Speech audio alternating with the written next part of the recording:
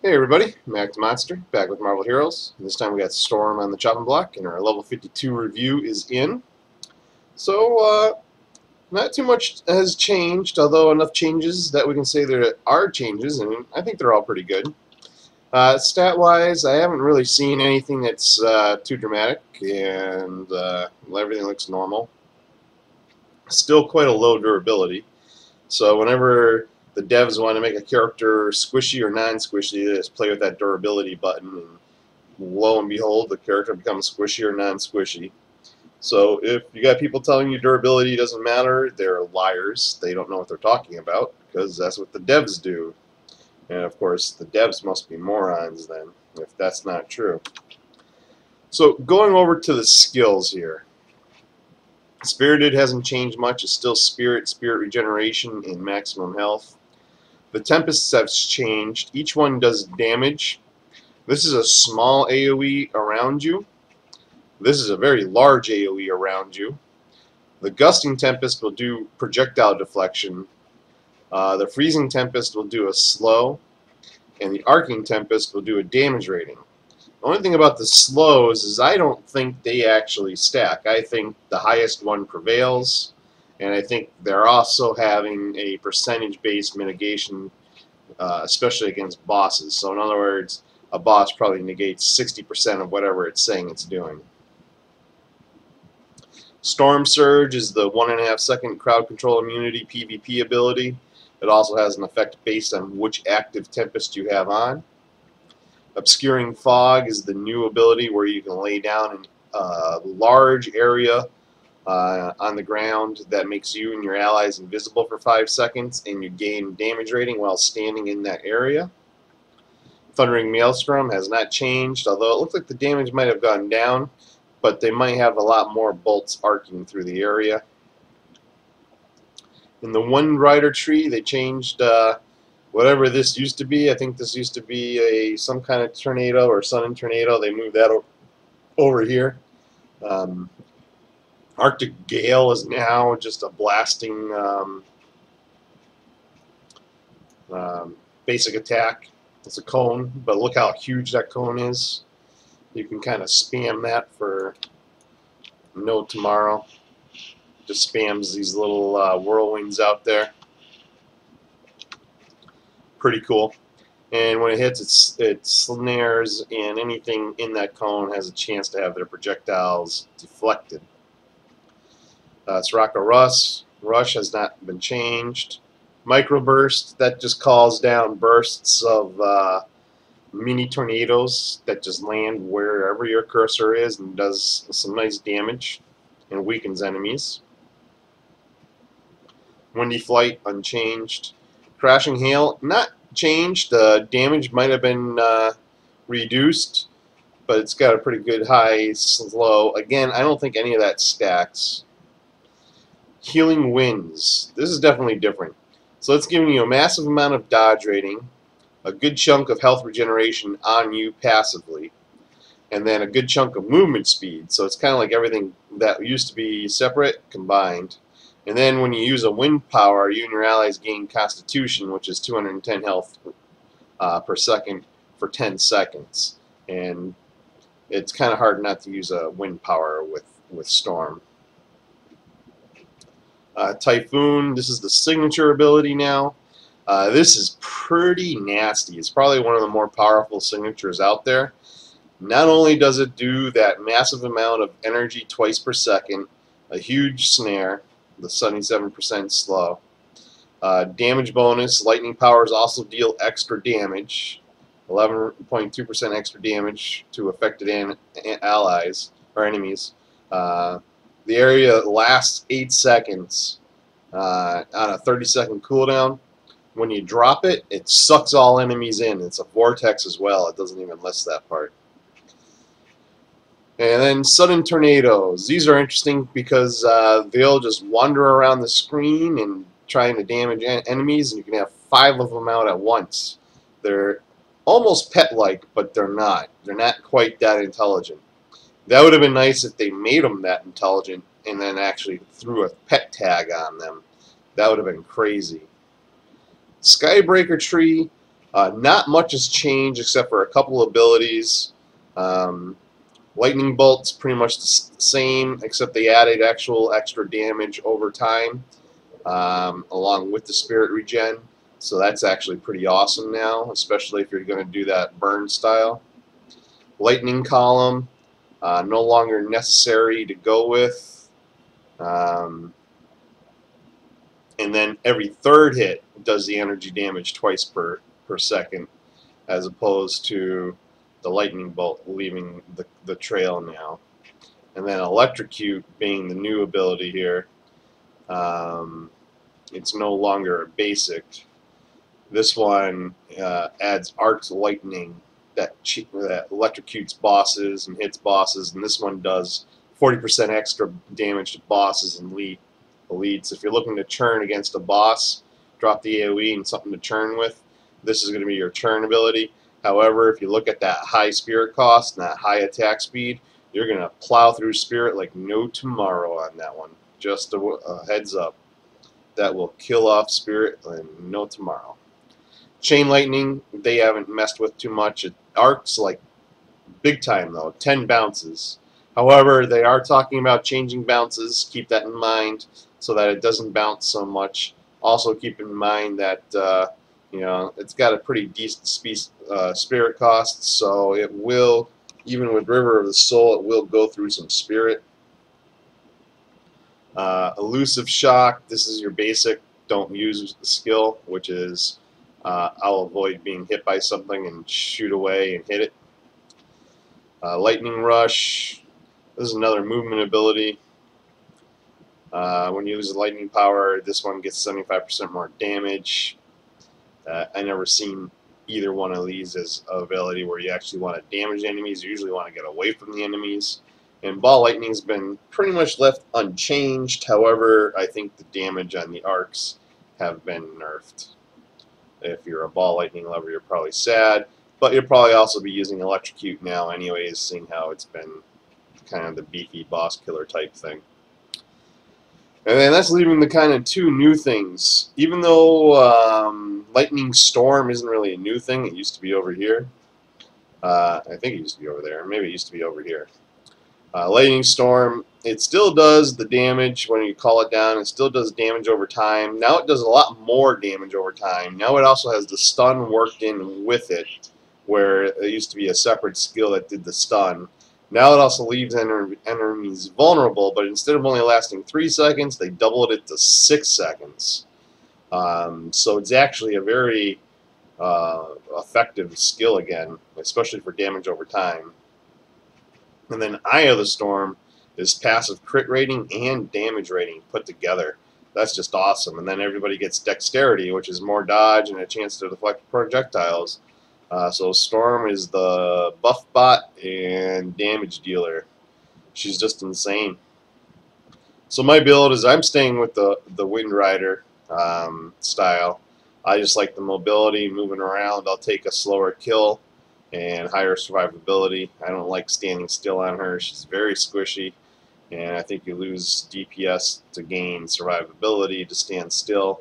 Unless I had a dedicated group and I was playing her in a dedicated group and I could actually maximize Electrocute and just burn, I'd probably try that. And stick with this and just get rid of Thundering Maelstrom and go with Electrocute. So the Windrider build is going to be 20 points into Thundering Maelstrom, 20 points into Arcing Tempest, 20 points into Spirited. That's just coming off of an item. I'm getting that for free. 20 points into Typhoon, 20 points into Healing Wind, 20 points into Crashing Hail, 20 points into Lightning Storm, a point into Obscuring Fog. I put a point in Windy Flight just so I can have it around, so I don't have to use Thundering Lightning or Thundering Maelstrom if I don't want to. And then the rest of the points going to Eye of the Storm just for that extra damage rating. Because this is very useful to me now, and how I play, this is actually some extra damage to me. And that's the build. And like I said, you can turn it around and just take the points away from Thundering Maelstrom and drop them into Electrocute. But I think you're going to have to build a little bit differently and really look for some sort of way to stay with that spirit. You're going to burn spirit like no tomorrow on that, especially if you go with some kind of attack speed with that too, because you're going to want to get even more attacks because it's just a very powerful skill, but you will kill much faster and it won't be that raid friendly. Anyways, going into the gearing of what I got, I do have the advanced Kree hyper optics. Everything I'm doing is slowing and snaring. So, 550 damage rating against those targets is pretty well great with another 150 crit rating. I'll take it. And also I get a mini map. Advanced Phoenix Feather. I'm doing all energy. Let's see, energy, energy, energy, energy, energy, energy. She's all energy. So energy damage, energy defense, movement speed, and then if I should get dead, I just come back to life in game. So I don't affect my teammates that badly. I don't affect the raid that badly. Dr. Octopus Metal, Cosmic. Even though it's only a 16%, which is a great reason for why we're going to go kill Dr. Octopus, the extra +1 to all powers, being a blanket average of 10% bonus damage per point, makes anything that's doing +1 to all skills very strong. It's also making the uniques much stronger, as you can see, because now we're getting +4 to all Storm's Windrider's power, +2 to all Skybreaker powers, +7 to Eye of the Storm. I mean, you can't get better than that. You have to get some really good cosmics to go better with that. So you really have to watch what you're gearing. Pluvian Superconductor, 505 damage rating with area powers, and of course this is a Kree super or advanced super soldier serum, but I really would want a danger AI energy based. That would be ideal sitting in here. I do have a River of the Soul sitting on an energy based Uru. Because I'm staying mobile, I don't have to worry about the defense as much. Defensively, we're only in the 30% damage rating. We're not in that high 40s. That's because of our low durability. So that's the way it is. I got hit points and spirit and defense on a ring. I got a really bad insignia, unfortunately. Should probably throw this one on, but I slow enough, and this is probably better off than someone else. Need something better. Kind of like the same kind of thing. Hit points, spirit, that kind of thing. All health on a core. A 3-to-1 core with plus spirit on it. That kind of setup would help you with the turn and burn. But that's it. So for the build, all you have to do is make sure you have active your Arcing Tempest. If you do, you can see I'm already zapping things off screen because I have so much plus AoE size. I can hit things off screen. Thundering Maelstrom won't, but it's going to hit right about here, all around. It's pretty wide. It won't tell you how wide it is, but it's pretty wide. Crashing Hail, as you can see, has been reduced in its size. So even with all my plus AoE size, it's not hitting that great of an area. It's just a little bit bigger than this shield insignia here. This will be good enough to get some stuff on bosses. And then the Lightning Storm is actually hitting the same size as the Crashing Hail. And we're going to be dropping that in the boss as well. And we'll be spinning around the boss to do damage, so he'll be trying to strike us and he'll be missing because we'll be mobile. And the Typhoon is actually a bigger area, a little bit bigger, probably about the size of the box, and then that'll suck everything in. It's very, very easy to do. The trick with Thundering Maelstrom still, because it's buggy, is before you activate it, is to make sure you're moving. And what I mean is, when I stop and cast all my spells like this, I then start moving and then I cast Thundering Maelstrom to make sure I'm moving. Otherwise, if I'm targeting something else, stay standing still and I won't move. So see, like I'm casting, and then I start moving again.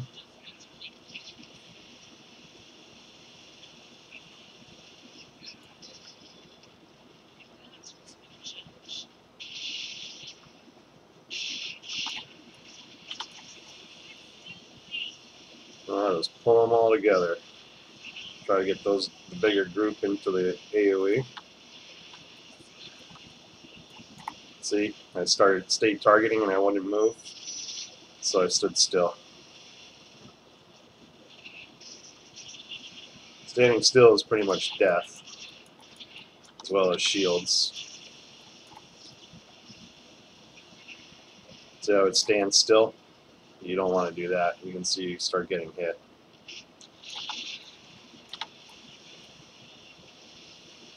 But she has some slow animations, but that's about the only thing that I see that I don't like. Every time you cast, you jump up in the air and come back down. Not sure why they got the slow animation in there. I also don't know why. Every time I log in, the stupid radar sets its size.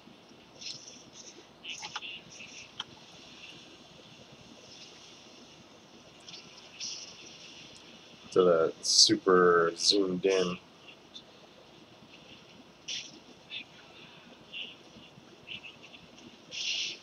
Basically, with regulars, everything gets slowed and snared already by Thundering Maelstrom, so I can just kill regular trash with the Thundering Maelstrom, and then when I hit blues or yellows, I can drop the 2 AoEs, which really pump up the damage. I haven't used a signature yet, but there's like a yellow, so I'll drop this, I'll drop that, and then I'll drop the signature, see how it got sucked in? Watch that yellow just die from that signature. That signature is so disgusting. I'll try to lure that blue down into it. No, it's gone already. There's some blues, so I'll drop AoE over there. I'll stay back here. I'm still zapping them, but it's got such a far range I can move them into my AoE. It's awesome.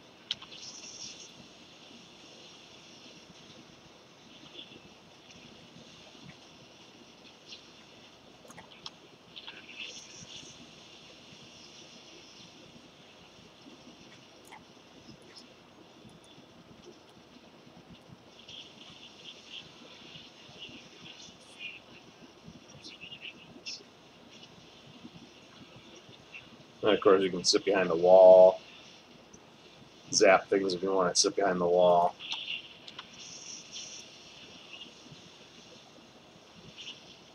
So this is yellow without his signature.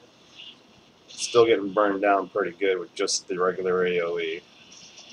Obviously not as fast. So I got a pretty good group of guys right there. Put the signature down. Wham. That signature has got to be the best signature in the game. It's just awesome.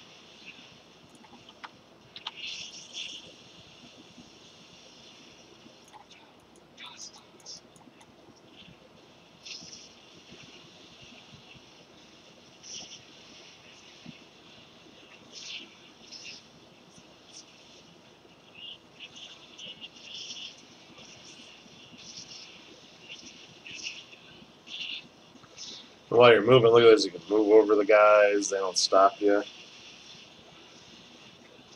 They're trying to shoot you, but they're shooting in the wrong direction.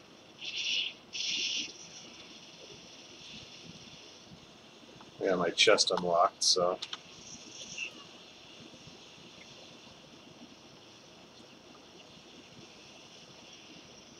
I'll just save the sig for Doc.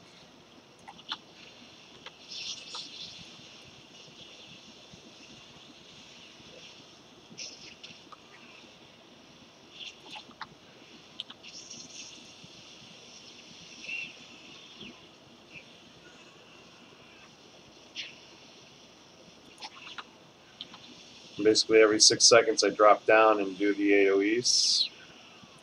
I just wait for them to leave the ground.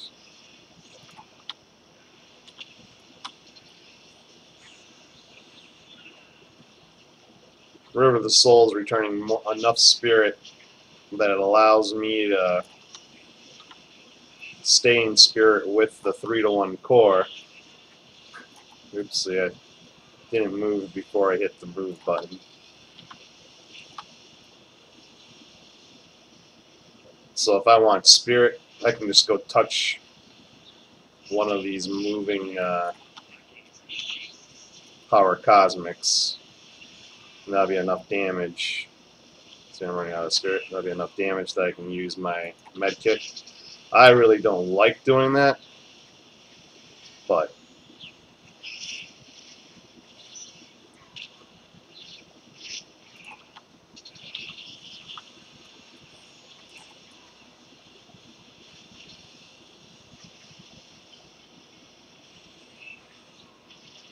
that's one of the good things about being highly mobile is you can just touch something and get damage and not have to sit in it.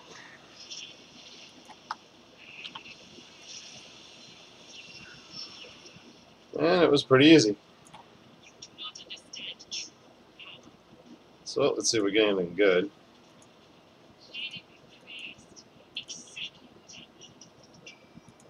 Oh, cosmic boots. Those could be good. Considering I'm wearing purples. I only got a couple good uniques.